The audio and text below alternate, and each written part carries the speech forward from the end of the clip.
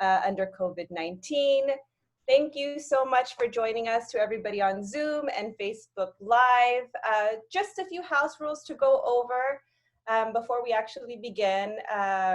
A big thank you to Lara, Ish, and Jeremiah, who's teching for us today. They're going to make sure that the audience is muted during our discussion, during the panel discussion, but there will be some time set aside a little bit later for the audience to engage in discussion along with us, to ask questions, share your comments, and so forth. And so at that point, all of our techs are going to make sure that you're unmuted and you can engage. So just keep that in mind as we move along in our program for today.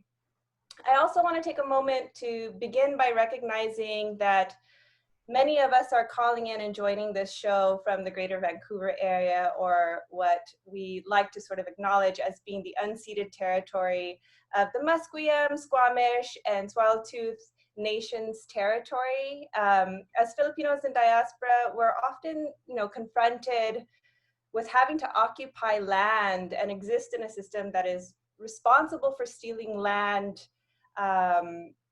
from the people who are basically the original peoples of this territory.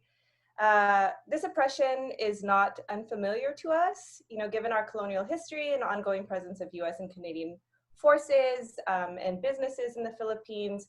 But I hope that we can just use this moment to sort of reflect and continue to engage one another so that we can collectively explore the various ways in which we can support efforts being made amongst these First Nations peoples in this region to regain their sovereignty. So just want to, set aside a moment to sort of pay our respects for being in this territory and create space for us to continue to think about the ways in which we can collectively support First Nations people in this territory and elsewhere. So, a few more house rules or things to keep in mind as we move through the program today. So we've structured today's program accordingly. So we're going to begin with a moderated discussion with our three very distinguished guests that we have here today, who I'll introduce in a bit later. And then this is going to be followed by Malaya's very own talented Jeremiah Karg. We're going to share a performance by him. And then for the last part of the program, as I mentioned earlier, we're going to open it up to the audience and hopefully get your comments and your questions and engage in more of a discussion collectively. So just sort of keep that in mind. And then at the very end, if you can just don't be too quick to sign off, because we're gonna take a photo together for those who are interested in being in the photo. It'll be more of a screenshot, obviously, but just keep that in mind as well. Okay, so my name is Amber Heckelman. I'm a convener from Malaya in BC, and I'll obviously be moderating the discussion today, along with Tita Trini, who will be chiming in from time to time, especially if we have anybody who prefers to correspond in Tagalog. Do you want to say hello, Tita Trini? Yes, hi. Hello, everyone. My name is Trini Lopez, and one of the conveners of Malaya, BC, hosting today Malaya Kapihan. As Amber said, we'll be chiming in as needed. So back to you, Amber. Thank you, Tita. Okay, so I want to invite everybody to introduce yourselves as well in the chat. Feel free to, obviously we'll probably have your name, but go ahead and put what city you're tuning in from, and it would be great to hear why you're joining us today. For example, like what are you hoping to learn, or what are you hoping to talk about? And hopefully I'll get a chance to review that a little bit later. So while you guys are introducing yourselves, I think I'll run through a few announcements. So first and foremost, as I started, I want to just sort of welcome everyone to another episode of Malayang Kapihan. Now, this is a project of the Malaya Movement Canada. Malaya, for those who don't already know, means free in Filipino, and it's a movement of Filipino compatriots that seek to broaden Canada-based support for the cause of freedom, justice, democracy in the Philippines. Now, tonight's event is part of a series of Malaya Canada events gearing towards a formal launch, which is happening later this month on September 20th. So do mark your calendars Now, the second thing I want to mention is that if you are curious and want to know more about the Malaya movement, I invite you to visit our Facebook page. Just search for Malaya Canada, one word, and you'll be able to find it. You can also check out our website at malaya.ca. And I'm sure once you learn all about Malaya, you'll definitely want to join the movement. And you can do so by simply clicking on the Join Malaya Movement link, and our website, it'll direct you to fill out a form. And it's that easy. All right, so I think that does it for our announcements for now. I'm going to start moving in, getting a little bit closer to our discussion here. So hopefully everybody's ready to get started. So tonight we've invited three very special guests to help us better understand, what is happening in the lives of Filipino migrant workers during this time of COVID-19. How are kababayan being impacted? What has the pandemic revealed about the failure of policies and institutions that are supposed to be protecting migrant workers? And more importantly, how are migrant workers fighting back? And how can we get behind their campaigns and their struggle to support them? So to help us explore these questions and more, we have three very special guests. Like I said, Jesson Reyes, head of Migrante-Canada Secretariat, was born in Saudi Arabia. He moved to Canada with his family in 2001 and to Toronto in 2011. He is currently the managing director of the Migrants Resource Center Canada. As I mentioned, he is also the secretariat member of Migrante Canada. In the past, he worked for the Canadian Council for Refugees as a youth ambassador and served as Secretary General of Anak Bayan, Toronto. Thank you so much for joining us, Jesson. Hello, hi everyone. Thank you, Amber. Good evening.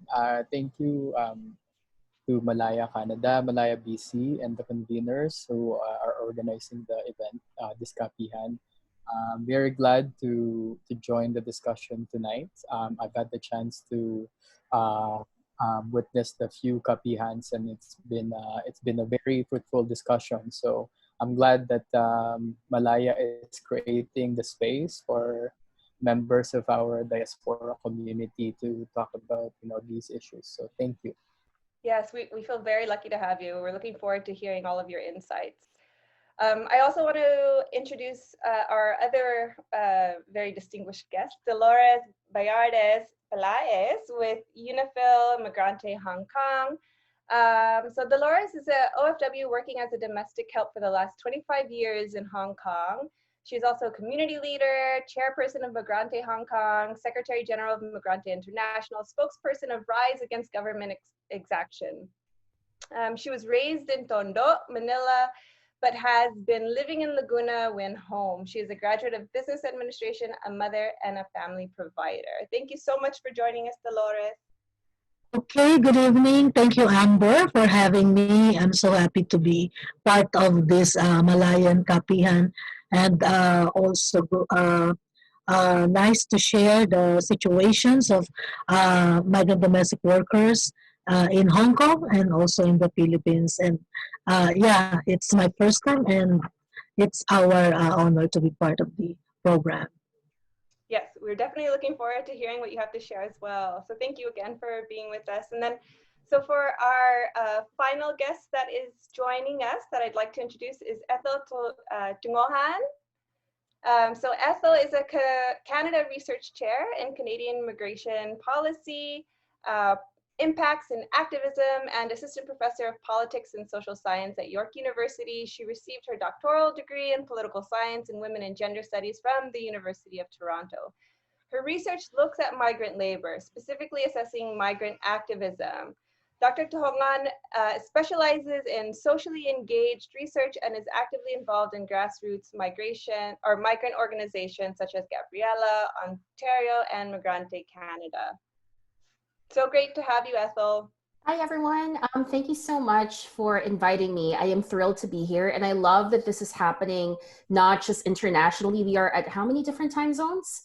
What time is it in Hong Kong? Do you know, like this is amazing. And the pandemic at least offers us the opportunity to gather through Zoom. So I am really excited for our conversation. I think, Dolores, you might be the furthest away. So what time is it there for you? It's 8 a.m. in the morning, but it's okay. We used to wake up early in the morning. Yes. Okay, so thank you again for all of you for being here and taking the time. So I was hoping we can begin with you, Jesson, if that's okay. Can you describe for us how the situation has changed for Filipino migrant workers in Canada today? If you can take us back to what life was like before COVID-19 and what life is like now. What is changed? What are the experiences like for the migrant workers? Sure. Well, at this time, during the COVID-19 pandemic and during an economic crisis, the situation of the millions of Filipino migrant workers has worsened. We say that the global pandemic has it has exposed what was already a vulnerable situation to begin with. Here in Canada, it has exposed a Canadian immigration system that has historically been anti-poor and anti-migrant. And of course, in the case of Filipino migrant workers in Canada and I'm sure elsewhere, the treatment of overseas Filipino workers by the Philippine government has been inadequate, and quite frankly, through the words of our kababayans, they've been treated like garbage during this pandemic. In particular, the Philippine government's response is anything but helpful. Instead of focusing on adequate health and social services, the Duterte government has doubled down and intensified on the dependence on foreign imperialist masters, putting the interests of ruling elites and these new cronies, and consequently leaving behind marginalized sectors in our society, including the overseas Filipino workers. And I'm sure we can get into detail, in terms of, what does that look like in different parts of Canada and even in Hong Kong.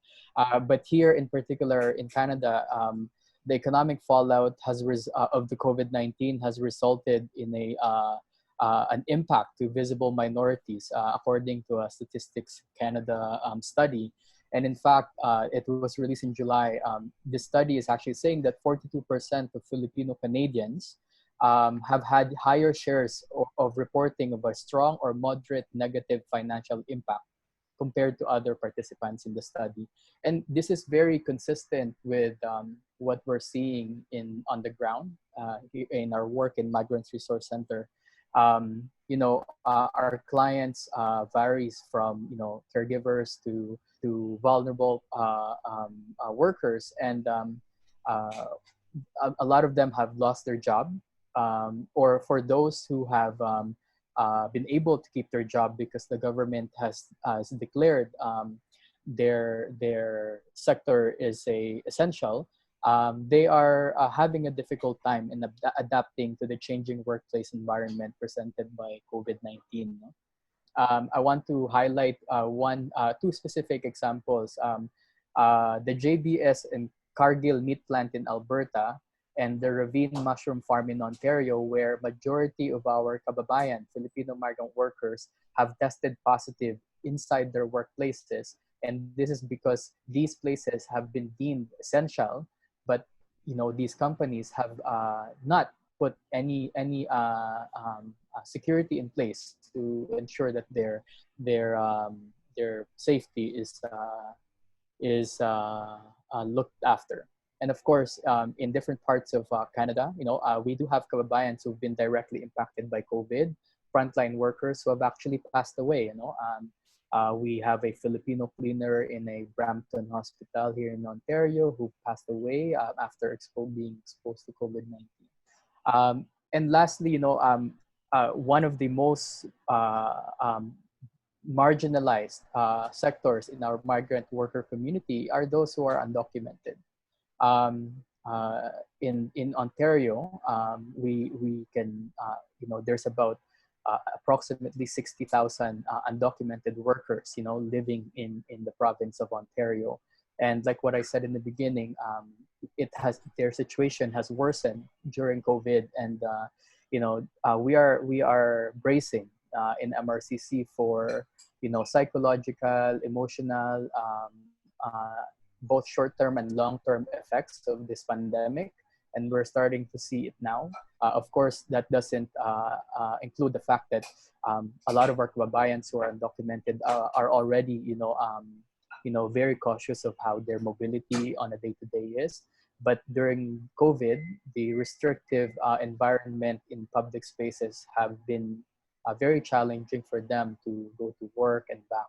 So these are sort of a general snapshot, of what we're seeing in my work at the Migrant Resource Center. Thank you. So Dolores, I was wondering, I know we're going to have time to talk about the ways in which these migrant workers are trying to adapt or cope with the situation. But before we do that, I was interested in knowing, Dolores, what can you describe or tell us about the experience of the migrant workers in Hong Kong? Does this sound very familiar to the experiences of the migrant workers there? Oh, yes. As what's happening in Canada is not different from what is happening in Hong Kong at the moment. But of course, our numbers are much far lesser from the Canada. But we only have 220,000 Filipinos. Both numbers are residents and the overseas Filipinos working temporarily in Hong Kong. And basically, the situation now is getting worse. There is a massive loss of jobs from the domestic workers, Filipino domestic workers. We have this 12,000 OFWs lost their job in this past few months during the COVID. And then when it comes to the support of the Philippine government to the Philippine consulate, we don't see and we don't get any significant support from the government. Overseas Filipinos were not able to get the financial assistance or this Dole AKAP that our government is, pioneering. But when you ask for the Filipinos, most of them don't get this support. And then there are also stranded overseas Filipinos who were not able to go back to the Philippines because of this pandemic.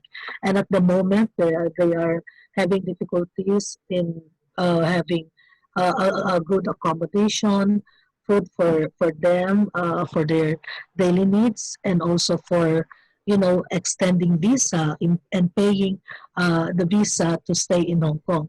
But aside from this bad condition of the Filipino overseas workers in Hong Kong, the Hong Kong government also, make this work or aggravate the condition because the discrimination, the singling out, the isolation, and bad treatment to the Filipino workers were experienced by our kababayans. And as a worker, the overwork is very rampant. We've been working for long hours before the pandemic, and now with the pandemic, we work twice or thrice um, further, with our working situation. We have a very heavier workload now. We are vulnerable to hazardous working condition because people, our employers and all the families are at home, and we have to provide them the services, and we cannot say no to them because that would mean termination or losing job. So we have to really bear this difficult situation, and the Hong Kong government is not doing anything. The Philippine government is not raising this concern to the Hong Kong government. Actually, we were supposed to have a day off in 1 day off in a week, but the local government is encouraging or telling the Filipino workers not to have a day off, meaning to say have to work the whole day, 7 days in a week. And that would be a very difficult situation because we don't have our own home. We have to, our workplace is the employer's house. So it's very difficult to take a rest, very difficult to to relax when you are staying home. And these things are happening without any question from our own government to the Hong Kong government. So we are pushing this concern. We are saying that we have to address this issue to the Hong Kong government, and we have to push the Philippine government to do something about this bad situation of Filipino workers in Hong Kong. Yeah, we'll definitely have great space for us to talk about the ways that you're pushing both governments to address these concerns that are being experienced among the workers there. So we'll save that for later. But I want to move on to Ethel because I know your current work right now. You've been really looking at and examining the impacts of COVID-19 on the migrant care workers. And so I wondered if you could share some of your findings as you're exploring this topic and the experience of the migrant care workers. Yeah, of course. First I just kind of wanted to say to Dolores, everything that you're saying is what migrant workers are experiencing here in Canada, right? Like I feel like what you're explaining is universal, not just for migrant care workers, but also for migrant workers. So COVID-19 has made the situation of migrant workers even worse. It was bad before, but now it's worse now. So not just talking about migrant care workers, but also migrant workers, we find that migrant workers' bargaining power has been reduced, right? There have been a lot of layoffs. And so for migrant care workers, what we're finding is that when their employers have gotten laid off, then they don't get paid, right? And for care workers here, especially those under the caregiver program, there is immense worry that this will affect the outcome of their citizenship applications, right? Because the caregiver program in Canada, most of us know this, but for those of you who don't, you can apply for Canadian permanent residency for yourself and your family after a 2-year work requirement. And then now you have to meet a language test and, you have to provide like you have to meet educational requirements as well, right? So like Dolores is saying, you also have employers who expect that their employees are on call 24/7, right? You have employers who are also working from home and thus constantly surveil the actions of workers, right? You have employers who, limit the type of food that workers eat because they are at home. And so, workers' ability to go to parks and eat there are curtailed as well, right? And I think what's really appalling is that because bargaining power has been reduced, employers are thus feeling empowered to impose requirements on migrant workers, such as having migrant workers sign waivers saying that they won't blame employers or they won't blame the Canadian government if they get COVID, right? Which is in complete violation of labor law. And I think what's also happening, and so these are for in-home care providers, but for migrant workers working for long-term health facilities, we're finding that obviously the stresses of their job have magnified, right? There are more kind of responsibilities put their way. They have to provide more emotional support, especially as residents of long-term care homes aren't allowed to see their family, so they have to provide that emotional support as well. What we're finding is that policies such as the ones passed in BC and Ontario, which mandate that care workers can only work in one workplace, has impeded the income source for care workers, right? The reason for why care workers assume multiple temporary contracts is because long-term care homes have been privatized, so they have no choice but to take in these other multiple contracts. What's happening though is since this law has gotten passed, care workers have shared with us that their income has been depleted, right? Some care homes in Ontario have actually also required that care workers, so long-term care workers, live in the care homes to limit the spread. So they've set up like bunk beds in the care homes because they're worried that care workers will spread COVID-19. I think it's also important to emphasize the pervasiveness of anti-Filipino racism that's been taking place because of COVID. Simply put, Filipino migrant workers are being blamed for spreading COVID, right? Long-term care home workers are being told, you're the reason why COVID has been spread. And, you know, in saying that, we don't think about why is it that, you know, care workers are taking on multiple contracts. We don't think about the precarious labor conditions care workers face, right? We also find, as Jesson said, that in Cargill, Dina Hinshaw, who is Alberta's chief medical officer, was actually saying in response to the spread of COVID among Filipino workers in the meatpacking plant, oh, well, this is because Filipinos are hardworking, right? They can't say no to work. Without recognizing, as a Globe and Mail report showed, that bosses themselves are telling workers that, hey, if you're asymptomatic and you have COVID, just come to work, right? So there are underlying structural reasons for why people keep going to work. Hinshaw also said that, oh, well, Filipinos just love living together in extended family households, right? That's why COVID's being spread. But again, using these cultural reasons don't really take into account the fact that there's a lot of housing discrimination when it comes to renting to Filipino workers. I have this other project with Migrante Alberta on housing precariousness that show that as well. So in sum, I mean, I think with COVID, for migrant workers, an already bad situation has gotten worse. And what we're finding is that an absence of state support, both from the receiving and the sending states perspective, has also made it harder for migrant workers to advocate for their concerns.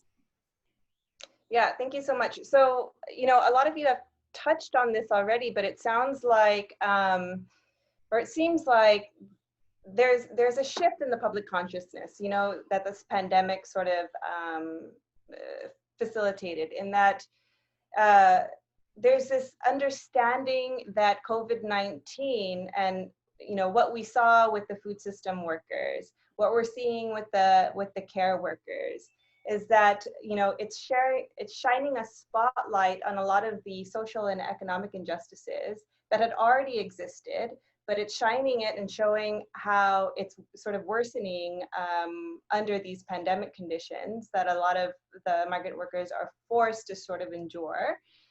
And thank you for sharing sort of the experiences to give all of our listeners and the folks that are joining us an idea of what that experience is like for a lot of these migrant workers. But what's interesting is that you're hearing from a lot of, you know, the organizers, the activists, the journalists, is that, you know, we're starting to see the public conscious is also starting to recognize that, you know, the billionaires aren't that important for the structure of our society or keeping us going. It's these essential workers. It's our caregivers. It's our food system workers. They're the ones who are allowing us to continue to survive, especially under a pandemic. And so I know that you've talked about, you know, sort of some of the policies that are responsible for the mistreatment and the devaluing of these workers and their lives. But I just wanted to create space to see if anybody else wanted to talk about some of the policies that they have identified as being very problematic, and you know, maybe even talk about some of the policies that need to be addressed, but also what are some of the policies that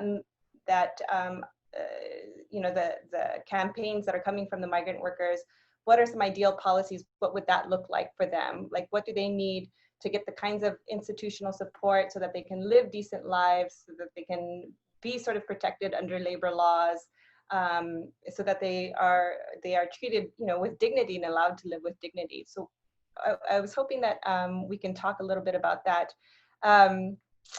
Let's see, who wants to go first? Jesson, do you want to go ahead and kick us off, maybe? For sure, yes, no problem. Yes, well, at the immediate, one of the things that you know, would really help our kababayans here in Canada is, you know, there's the CERB, right? The emergency response benefit. While I believe it has been extended. At the onset, CERB has not been very accessible to many migrant workers, especially to those who need it most. International students who were here, who were on limbo because of, they didn't have the enough hours, or they didn't have the enough funds, meaning the enough income to be able to apply for CERB, or undocumented workers who did not have any access to this. One that, these are one of the things that, at least from our perspective at MRCC, the Canadian government can immediately rectify, to be able to reach out more households who are absolutely in need. On the other side, from the Philippine government, and Ate Dolo mentioned it earlier, the Dole ACAP. The Dole ACAP was introduced here at I believe in May, and it was a failure. They had reached out to the community, reached out to the workers to apply, and then halfway through, before even disbursing the money, we were told that there was not enough money. And if we look at what's happening in the news today, the Philippine government do have the funds. No, they have the funds, but the funds are not going to where they should be going. I think that's the bigger problem. So I think these are two immediate things that, if rectified, can help many of our kababayans at the immediate. And Dolores, what about you? What sort of policy changes are your constituents there in Hong Kong? What are they advocating for? And also, I just wondered if you could talk about, what the political climate is like. I know Hong Kong, has, there's quite a bit of concern now what the political climate is like. It took, the world's attention last year with all of the anti-government protests that were happening. And so what is it like for, the migrant care workers now, they're in Hong Kong, trying to push for political change under the political climate now? Okay. So one of the basic concern of the Filipino workers here in Hong Kong are the job security. It refers to the immigration policy of allowing workers to stay once the contract is terminated. Before, they have this what we call flexibility for the workers whose contract were terminated, or they change employer. They were not forced to leave Hong Kong. They were able to find employer, and they were allowed to process and extend their visa. But now it's changing, and the immigration is saying that if the cause of the termination is malicious, then the worker should be sent back home. So it's a very difficult situation for every workers, because when we come back home, it's more difficult. There's no job, there's no income, and all the families will be affected. So we are focusing in this policy and trying to ask the Hong Kong government not to implement or make this a strict policy to the workers. Now, for the Philippine government, we are also pushing for the support for the Filipinos, because, as I said, there were thousands who lost their job and who are stranded in Hong Kong, and they don't want to go back home because of this condition. We know for a fact that when we are in the Philippines, things will be in the worst conditions. So as much as possible, if we can stay in Hong Kong to work, then that would be better. We can continue to support our families. So these things are very in the minds of every Filipinos in Hong Kong. When it comes to the political situation, when the COVID pandemic has a big impact on the protests, on the struggle of the local people in Hong Kong. On our end, on the Filipinos, we are actually respecting what the people of Hong Kong are doing, but it's hard to be involved in their political agenda because of the instability and the security of the Filipinos who are not permanently working, or even who are permanent resident in Hong Kong. They can easily, shoo away the Filipinos who are in Hong Kong. So they continually, the locals, the people of Hong Kong are continuously doing their protests, but the impact is not as big as like what we had last year or the first quarter of this year. Yeah. Great, thank you. I don't know, Ethel, if you wanted to elaborate even a little bit further. I know you've already sort of answered that question earlier. If not, I can ask. Landed status on arrival for care workers and for all migrant workers. I think what's happening is employers are well aware of care workers and even migrant workers' desire to become Canadian citizens. And so they're dangling this carrot, right, of citizenship. But if you give migrant workers, all migrant workers landed status on arrival, then the power imbalances between themselves and their employer will get reduced, and they won't have to worry about their ability to stay in Canada. Another thing is, I think it's important for us to question labor policies that have been passed by provincial governments, such as Ontario. So in Ontario, Doug Ford is telling migrant farm workers that if you're asymptomatic, you can still keep working, right? If you have COVID, but you're asymptomatic, keep working. And that's obviously not going to limit the spread of COVID. And that shows that there are workers. When we say workers are essential workers, what we actually mean is that they're sacrificial workers, right? And so I kind of wonder for politicians such as Doug Ford and even Duterte, you say all of these things, right? You impose different standards on workers. Are these standards that you would meet yourself as well, right? And finally, on the point of activism, one of the things that we found out when interviewing migrant advocates as part of this project that we have on migrant care work and photo voice with MRCC and Gabriela, Ontario, is that advocates are actually saying this has created a big push for more people to become active, right?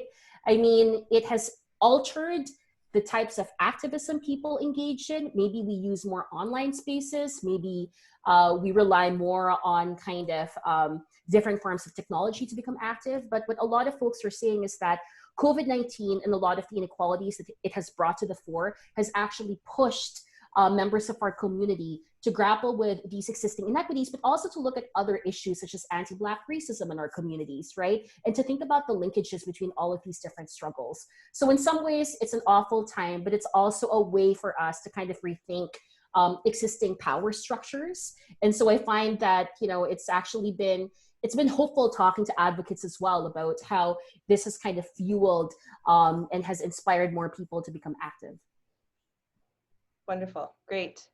So I want to shift our attention a little bit from our respective countries and move towards just focusing on the Philippines and the kinds of implications COVID-19 and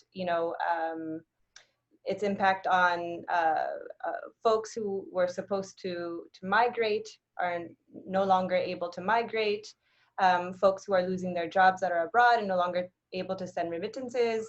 What kind of impact is that having on their families and the communities and the livelihoods throughout the Philippines? I know, Jesson, I think you touched on this quite a bit in your sort of first opening response to my first question, but I wondered if we can elaborate that a little bit more and just sort of paint a picture of what is happening in the Philippines to those communities. How is the economy being impacted because remittances are no longer being received? And I know all of you have sort of talked about the lack of government support that these workers are getting from the Duterte regime.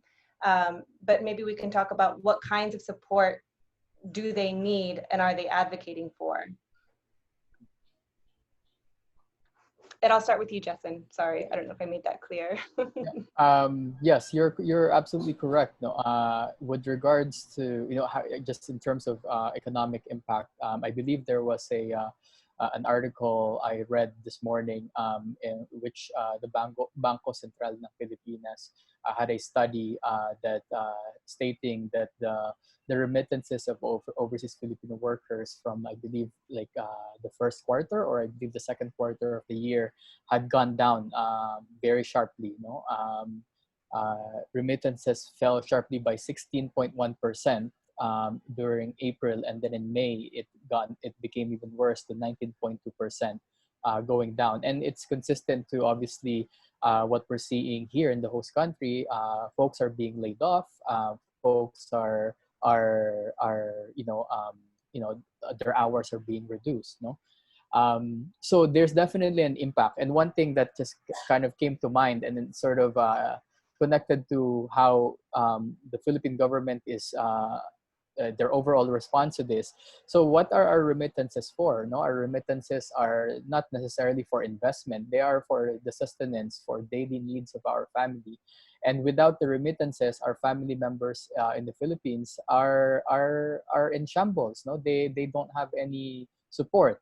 And speaking to one of my relatives in the Philippines, one of the big issue in the local government unit there is the way the government has bungled the dole out money, the SAP. I don't know if folks are aware of the social amelioration program, but even that is supposed to be going directly to the pockets of the Filipino household. Even that, there has been many issues, and I believe there is a discrepancy in how these money are being provided from DSWD, and then there's a different list with the LGUs. So it has been very tough. It has been very tough as far as these remittances not flowing, because these are, again, as I said, these are these are for immediate needs of our kababayans. They're not necessarily for investment.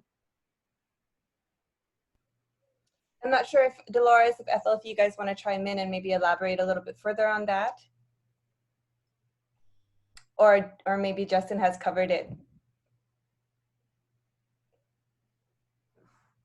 Oh, mute. Dolores, Okay.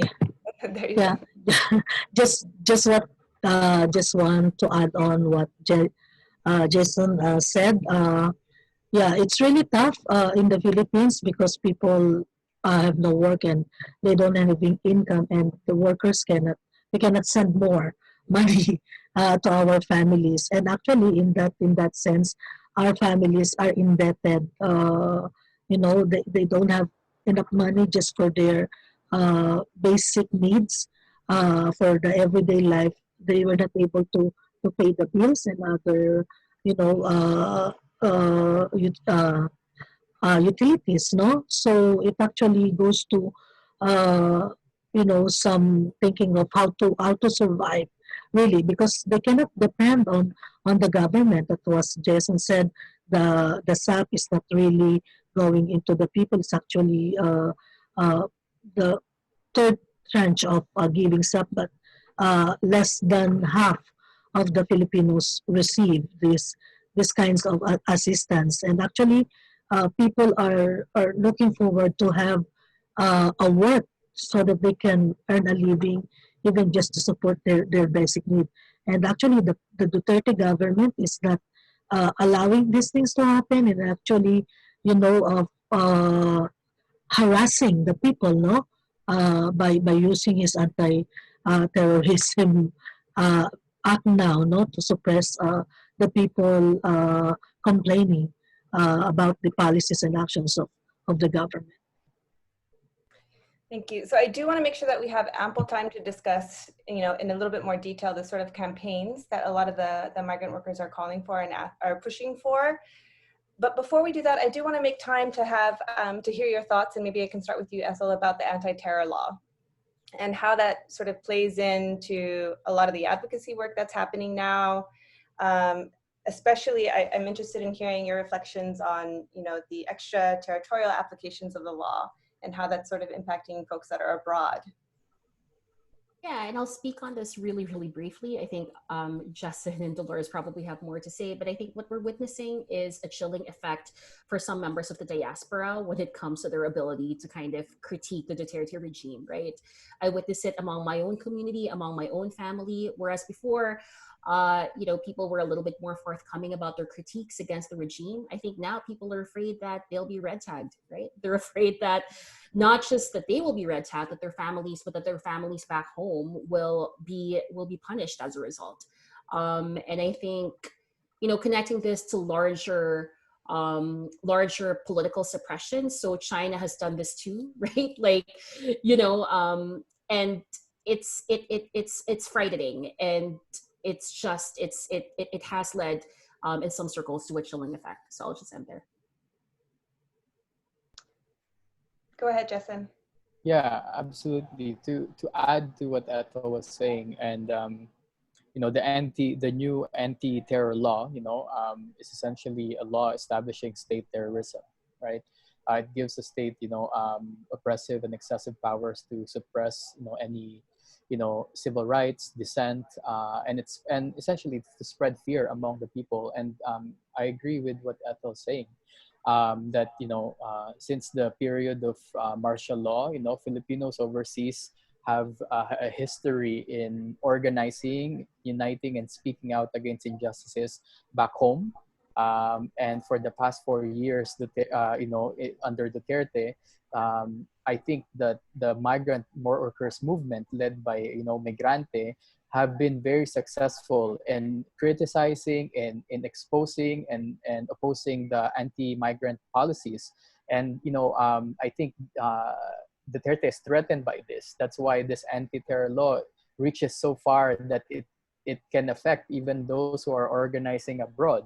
But I also want to add that in this new anti-terror law, it does aim to put fear in the diaspora community.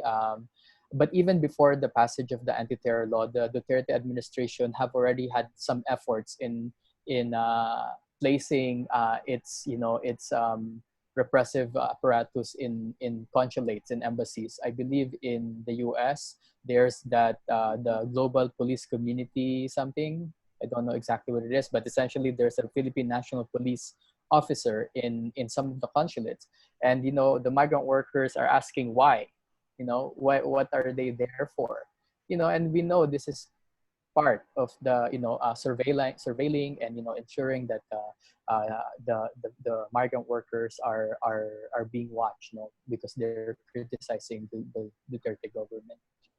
Yeah. Yeah, to add on to what everybody says, it's very clear to us that the objective of the ATA is just to sow fear among Filipinos who are critical to the Duterte government. And our organization, myself, is also a victim of this terror tagging and red tagging of the Duterte government, our organization, the Migrante. And actually, the NTFL Cup is is present in Hong Kong, in influencing, in using Duterte supporters to malign, to red tag the progressive organizations in Hong Kong.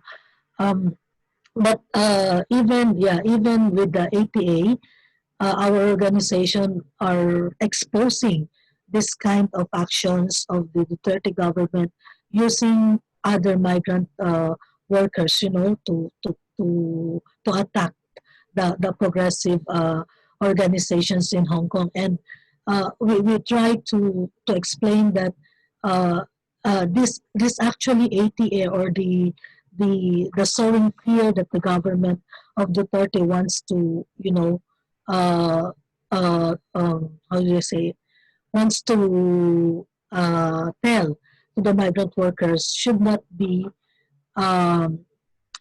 should not, we don't allow the Duterte government to, lessen our strength, our fight to struggle, because, if we just keep silent or don't continue our fight and struggle, then that would mean they are victorious in threatening the people not to raise their rights and protect against the assault of the Duterte government. So I'm going to do a time check. We have a little under 5 minutes now, but I don't want to end there. I want to end giving you, all three of you, the opportunity to sort of reiterate the campaigns that a lot of these migrant workers are pushing for and advocating for, but also put it into the context of why should Filipinos in diaspora care? Why should they be getting behind these campaigns? And so I'll go ahead and start with you, Ethel, if that's okay. Yeah, thanks. I think one of the migrant campaigns that we haven't talked about that's been happening in Canada are campaigns for, as I said, land status for all.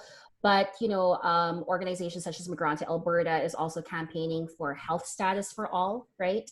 I think one of the hardest things about this pandemic, as Jesson said, is that a lot of undocumented migrants have been affected. And so, when it comes to kind of accessing health services, especially if they fear that they might have gotten COVID, that's a huge issue, right? So all of these grassroots migrant-led mobilization campaigns need support. And I think, we should care as part of the diaspora because, we even if we were not migrant workers or we're not labor migrants, I don't really think racists can tell the difference between us and migrant workers, right? We're all affected by this. You know what I mean? And so I think it's important for us to kind of reflect on our commitments to the community and reflect on how there's that saying, right? I'm paraphrasing, but soon they'll come for us too, right? And so I'll just end there and pass it on to the rest.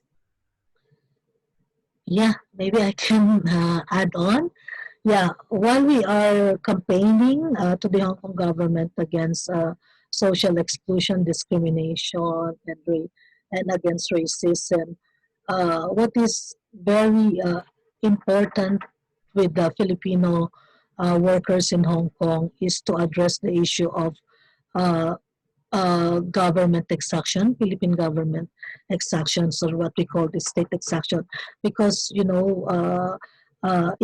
the government, the Philippine government, should give support and help to the Filipino people, especially this time of pandemic.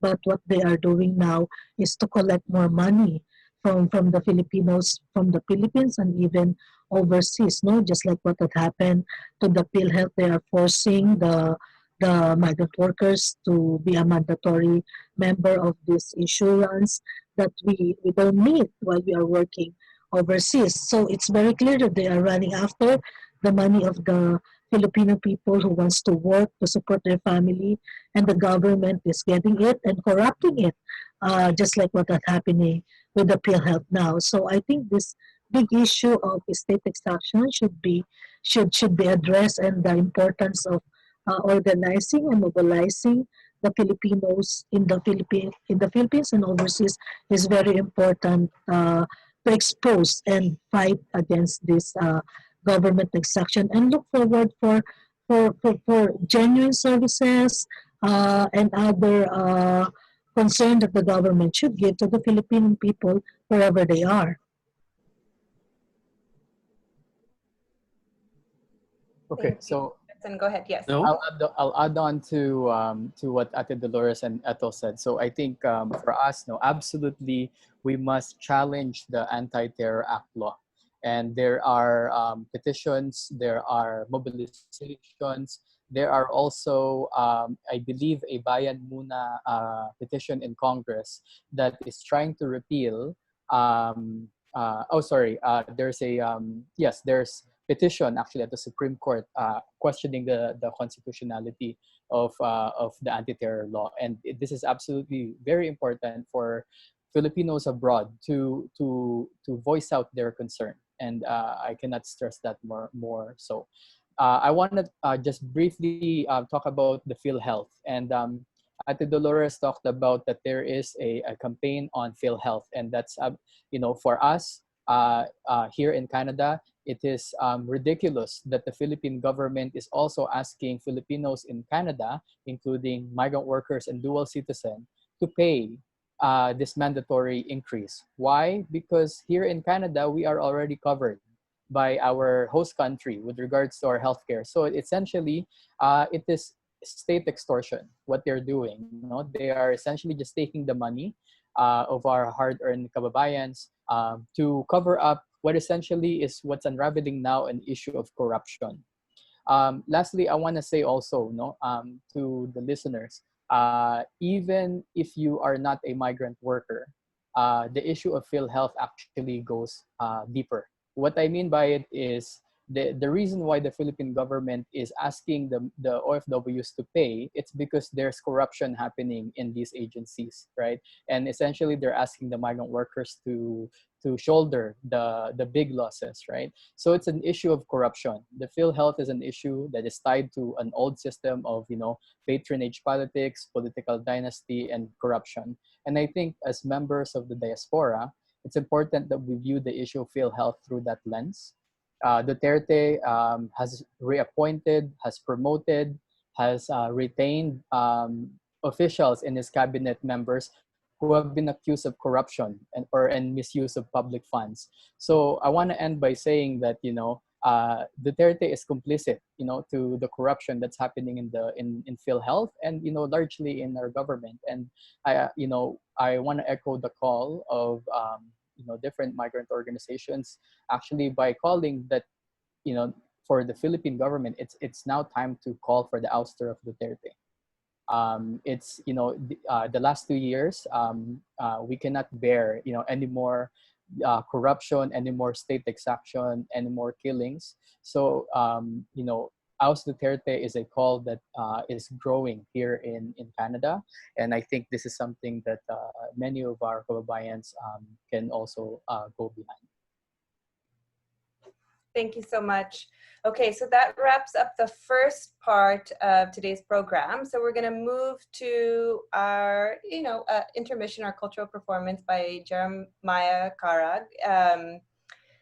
And, we'll sort of use this as a short break after we view and listen to his performance.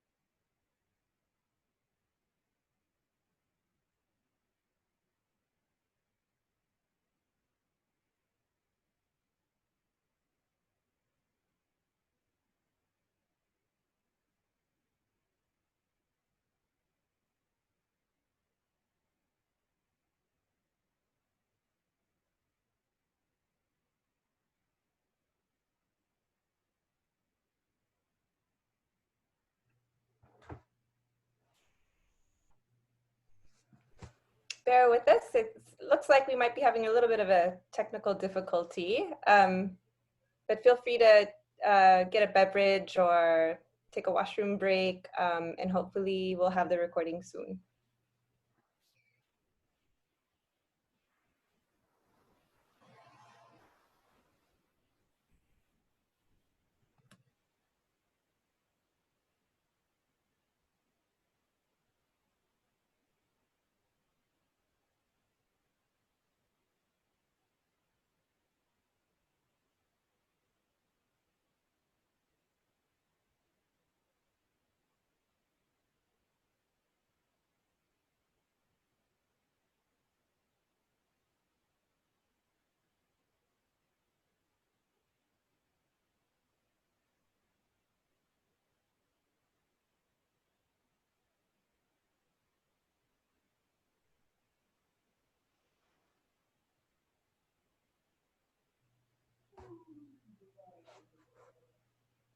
So maybe in the meantime, while we're waiting for, oh, it looks like something is happening.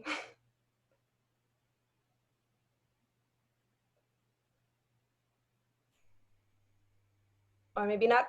While we wait for that recording to play, in the meantime, I'll start introducing some of the folks that are here with us listening to the panel and give you an idea of some of the stuff that they said that they were interested in learning about, just to sort of guide us in the Q&A portion of today's program. So we have Steph that's helping to make Malaya, Florida. She says, if you know anyone, wink. She is interested in learning about the community with like-minded people. There's also Paulina from Toronto, Phil Advancement through Arts and Culture. And she's interested in understanding more about the issues that are being discussed here today.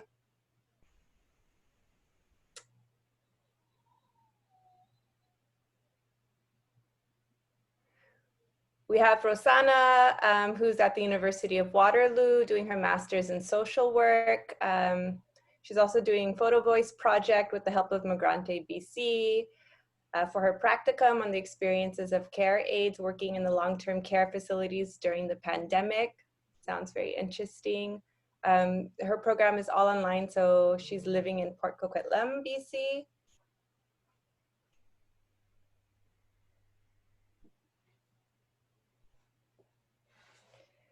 We also have Sean, who's joining purely out of interest in learning more about how COVID affected our community. Sean's currently working at IRCC as an immigration officer and just recently started volunteering for Migrante-BC as well. He's very excited to be here and is enjoying the Vancouver sun, apparently, lucky.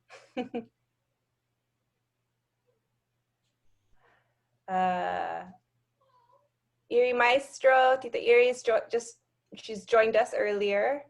She says hello to everyone.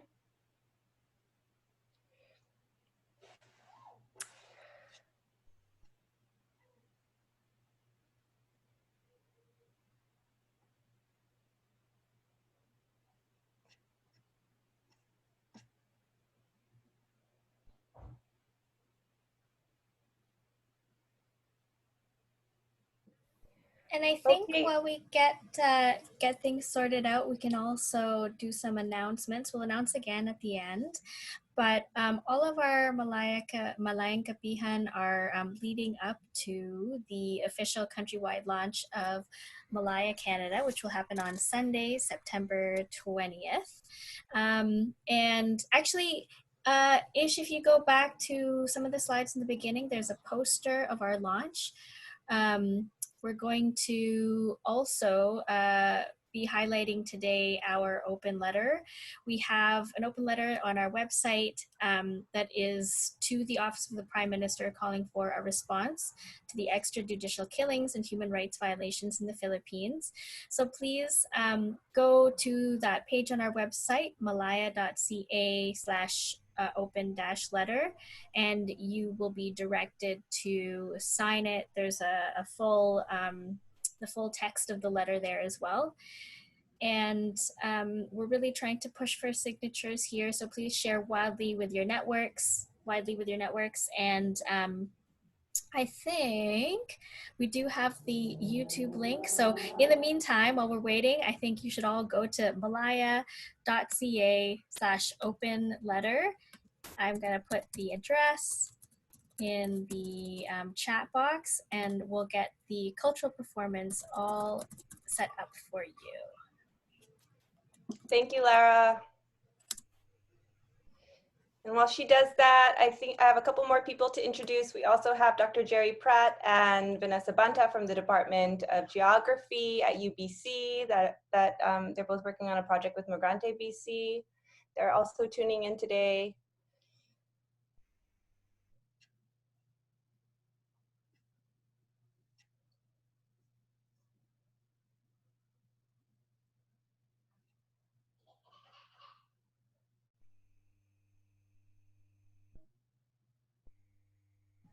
All right, I'm just making sure that everyone can see my screen. Does it look like a YouTube video screen, everyone? No, it doesn't. Ah. I see the first slide. Oh, Ish, you might have to stop sharing. Stop Oh, here it sharing goes. the. Yeah, can you see it now? I think so. I think so. Okay, Yep. let me play. I hope you all can hear it.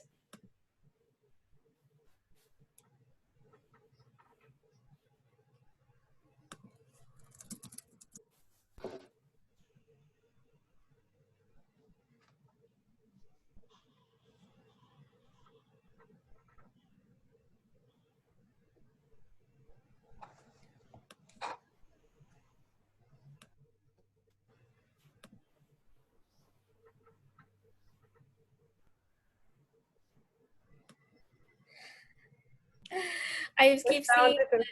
Yes, I'm seeing the comments.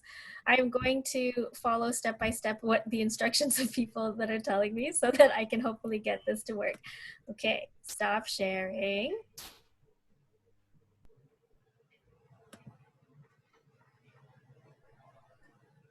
Okay, is there another setting that I have to choose?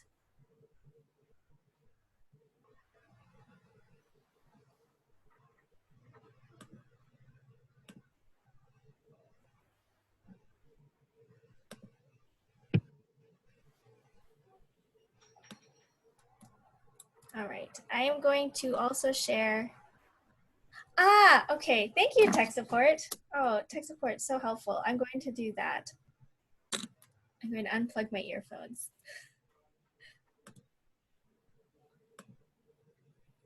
Thanks, Lara. It truly does take a whole community for all of these things to work. So I really hope that this will work now. Sipi mula sa tula ni Amado Hernandez. Isang tula sa manggagawa. Anak pawis akong dukha at maliit. Ang tahanay dampa na pawid ang atin. Ngunit ang damba ng pinakamarikit ay utang sa aking matipunong pisik. At ang buong yaman sa silong ng langit ay mula sa aking kasipag at pawis. Pagmalasin ninyo, tila isang anghel ng pagkakaisang sa langit ng galing. Larawan ng bayang magandag mahinhin na wala ng gapos ng pagkaalipin. Liwayway ng layang darating at mamamanaag paglipas ng dilim. Ang bayan ko'y tanging ikaw, Pilipinas kong mahal, ang puso ko at kailan sa iyo'y ibibigay. Tungkulin ko'y gagampanan, na lagi kang paglingkuran. Ang yaya mo'y babantayan, Pilipinas kong hirap. Ang bayan ko'y tanging ikaw, Pilipinas kong mahal, ang puso ko at buhay man sa iyo'y ibibigay. Tungkulin ko'y gagampanan, na lagi kang paglingkuran. Ang daya mo'y babantayan, Pilipinas kong hirap.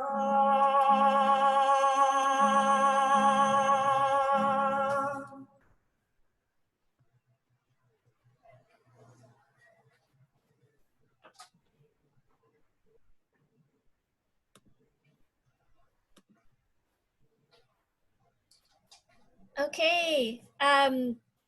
Thank you, Jeremiah. That was actually a video and poem recital and song that Jeremiah, who is one of our Malaya conveners in BC, did. So we can actually also, keep sharing that video as well. Thank you so much for making that and sharing it with us, Jeremiah. And I guess now we can return from our short break. Sounds good. Thanks, Lara. And yes, that was so beautiful, Jeremiah. Thank you so much for putting that together for us. So welcome back, everyone. We are now in part 2. And as you can imagine, we're running a little bit late. So I just want to jump in so that we can make sure that we have time with our panelists and do a bit of Q&A.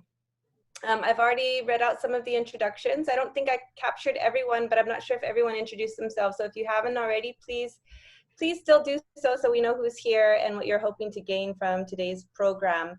But okay, so now you should have the opportunity to unmute yourselves and we can sort of come together as a group and hopefully talk with our panelists.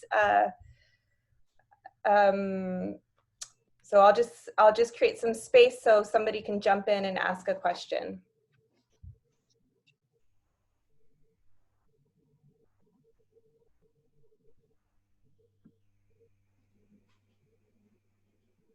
I know it usually takes a little bit of time for somebody to work up the nerve to ask. So I'll give a few more seconds, and if not, I do have some questions in the chat that I can ask.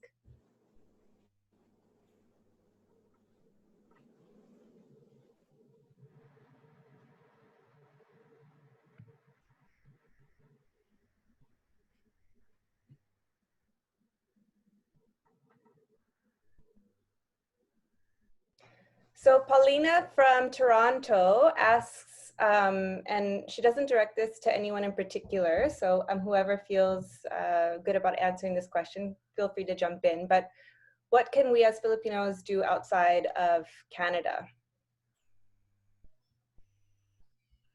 And I'm assuming to support some of the migrant workers who are enduring the terrible conditions, working conditions and living conditions in the face of this pandemic. So what can we do as Filipinos outside of Canada to support them?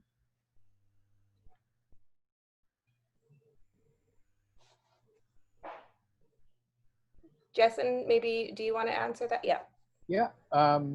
Yeah, like I think what we've mentioned earlier and with Ethel as well, particularly here in Canada, at the immediate, we do need to support our workers, whether Filipino workers or any other workers. When we go back to norm, as they like to say, back to normal. This back to normal, but it must ensure that it's centered on stronger labor protection and stronger immigration protection.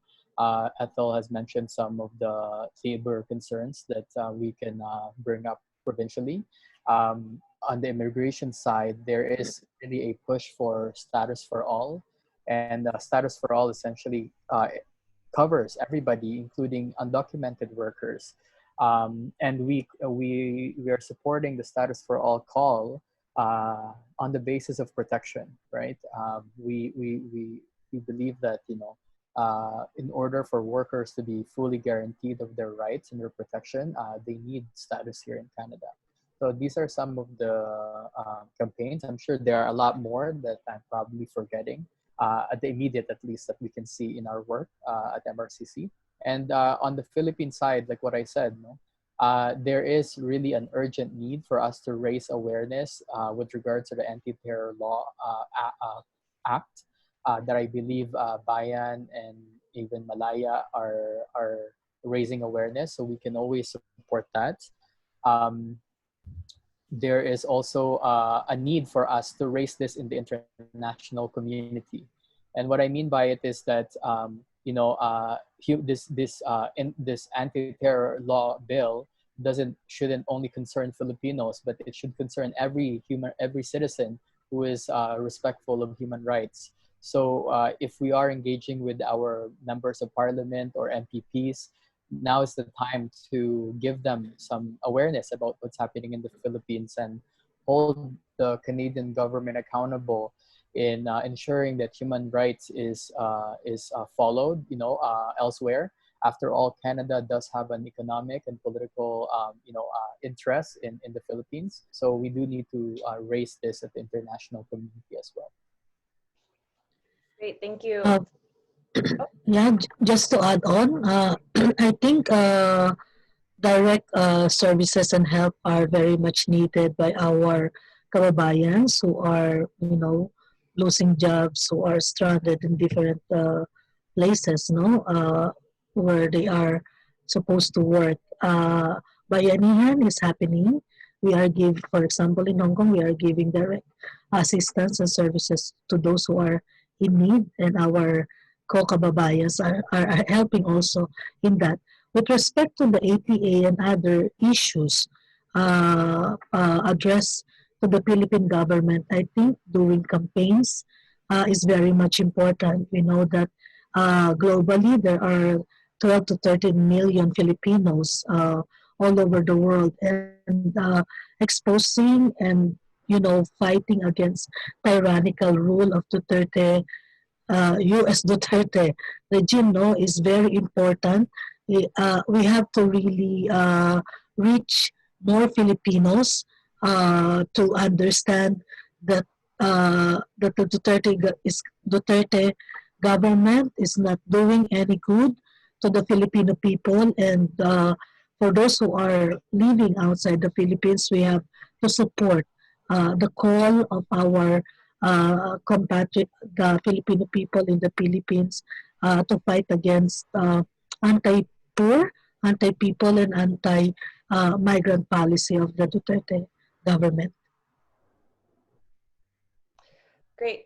Dolores, I have another question, and this one's directed for you. This is coming from Louis from our Facebook Live, and he's asking if you can talk about whether and how the proposed PhilHealth premium increases, how that will impact the noise in terms of, is the increase really necessary? Is it going to help fight COVID in the Philippines?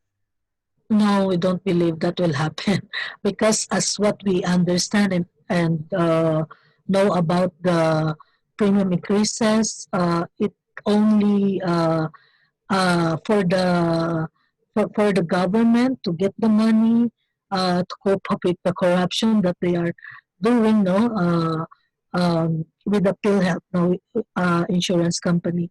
The overseas Filipinos are not benefiting from this insurance. As what we have said a while ago, we have our insurance here, and our families also have their PhilHealth in the Philippines. So even if I pay for that insurance, my family cannot use it because they have their own. So it's really a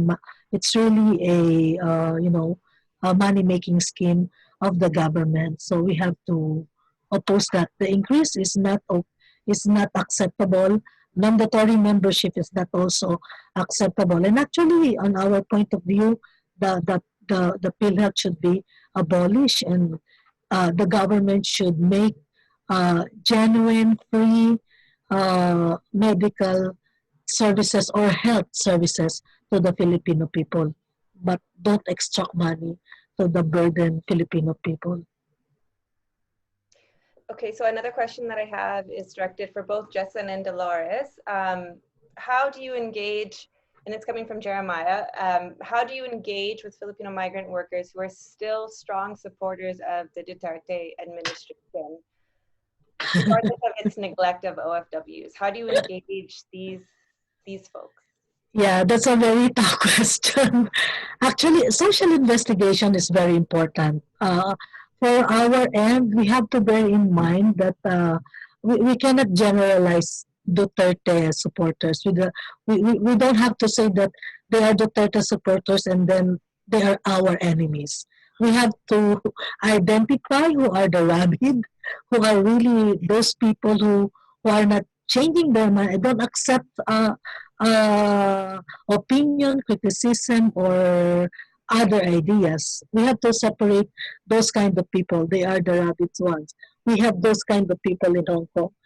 Then the organizations are what we call Emilio Aguinaldo Duterte, diehard Duterte supporter. But other Duterte supporters are, well, they are just vote him in the last election, but eventually when we talk to them, explain that we have to oppose the PhilHealth because it gives us more suffering than helping us and our family, then they realize that, yeah, really, it's a money-making scheme, especially now that corruption is very rampant in the PhilHealth. And actually, they do sign our petition in, opposing the increase and the mandatory membership and all other mandatory fees that, collected by the government. So that is the basic principle. We have to deal with them. We have to isolate those who are rabid, and we have, to get the support or change the mind of other who supported the administration before and fight for what is good and fight for the welfare of the Filipino workers abroad and Filipinos in the Philippines. Jesson, do you want to respond to that question as well? I think that's check that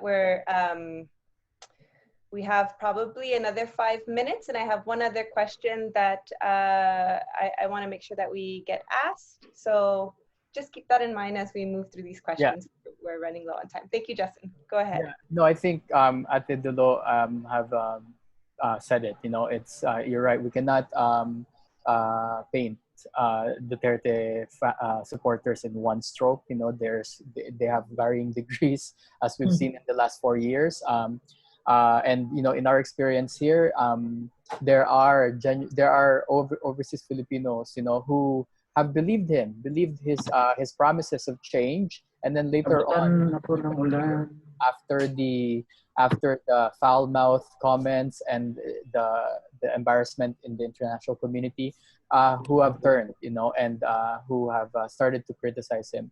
So I believe, platforms such as Malaya and, other broad formations will help in, activating different parts of our community who may be unsure, but we have to win them over. And I also agree with what Ate Dulo said.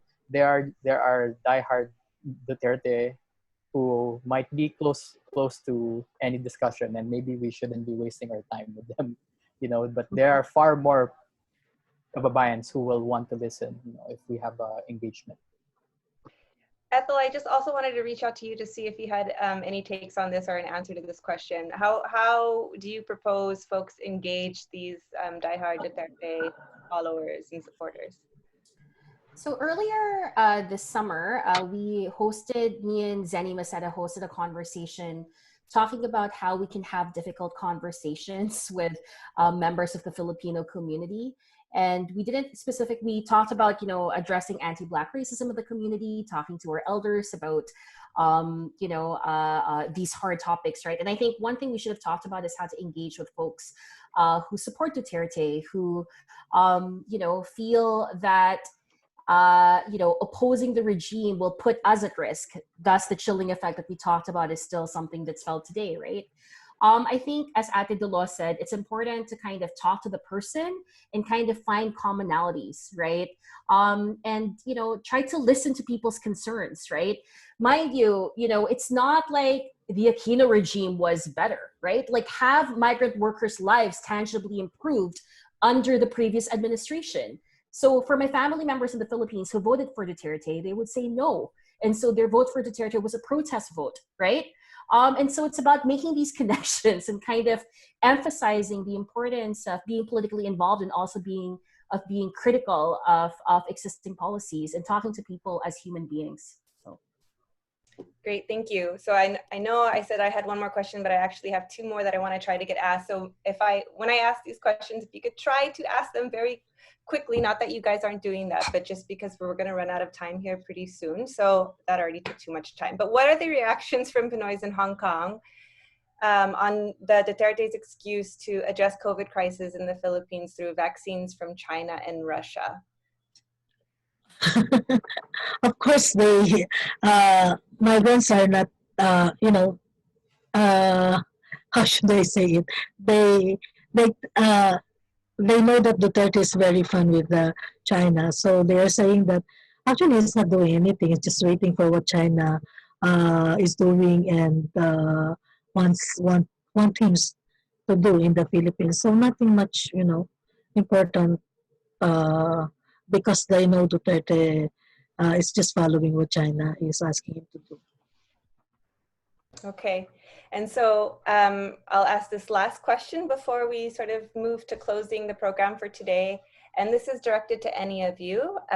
So how do you view overseas voter registration that is ongoing and the power or limits of electoral reform as a response to the ongoing outbreak that is Duterte regime and COVID-19 pandemic?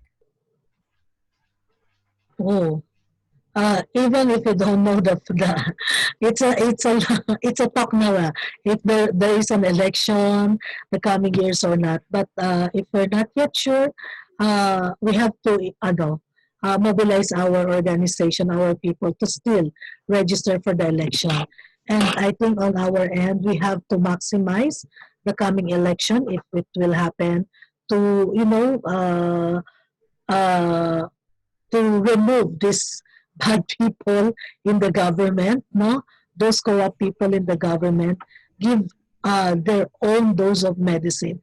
That what they did to the people this past 4 years during this COVID season, they should pay it by not having a seat in the government. Yeah.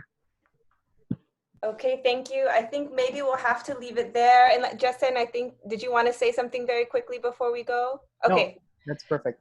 I do think a good place to end is Tita Eri mentions in the comments, if you haven't seen it already in the Zoom chat, something Canadians and overseas Filipinos in Canada can do is pressure their members of parliament and MLAs to do something about the anti-terror law. Already 45 US senators have already asked Duterte to junk the anti-terror law. So keep that in mind.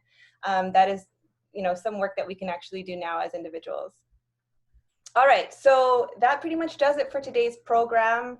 Maraming salamat to Jesson, Ethel, and Dolores for being here, for taking the time to share your insight, your expertise, and really cultivate a much deeper understanding of the experience of migrant workers and how we can get behind their campaigns and support them as Filipinos in diaspora. So thank you so much for being here and sharing your time with all of us.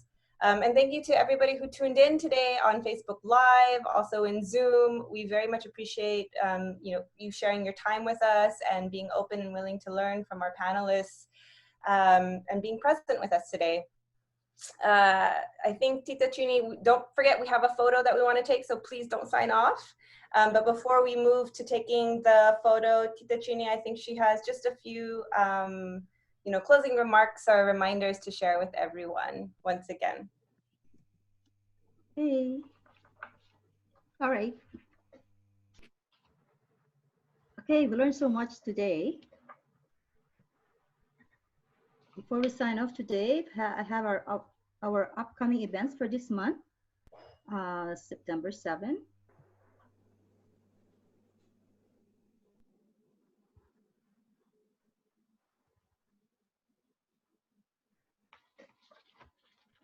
It's Global Day of Action Against the Killings of Human Rights Defenders.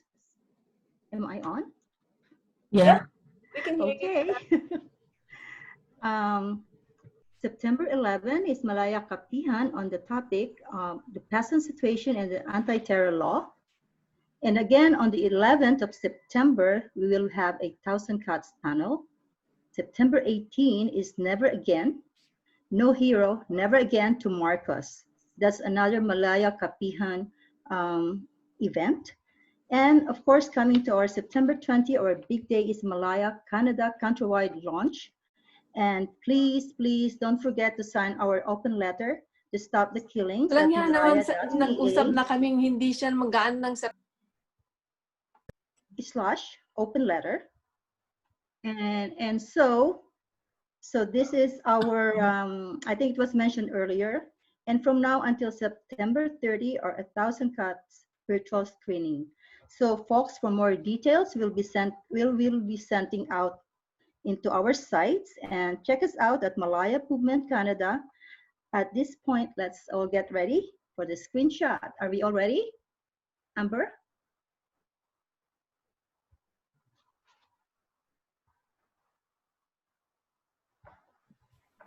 Yes, so I think all we have to do is we have getting ready now for the shot? Yes, we just have to stop the screen share, and then if you would like to be in our video, you just have to turn on your camera, or if you'd like to be in a photo, you just have to turn on your camera so that we can all see Thank you to your all our panelists. Very lovely well faces. Okay, picture tayo. So I'm going to 1, 2, 3. I think I have to go move through screens here. So I'm going to do the second screen. 1, 2, 3. Mabuhay kayo. Yes. Hello, Thank you. yes. I did not join the video because my video, I cannot enable it. And also, since I'm here now, the program, I just wanted to remind as well on September 18 that there is a human rights crisis discussion where we have Karapatan Secretary General will be the guest. Okay, thank you. Thank you. All right. Thank you. Everyone. To Bye-bye. our panelists. All right, Good thank you. night. Thank you to our MCs. Thank you, Thank you, Amber. everyone. Thank you, Yes. Trini. No problem. Thank you, everyone. Bye, everyone. Until Have the a next good event. Friday, good weekend.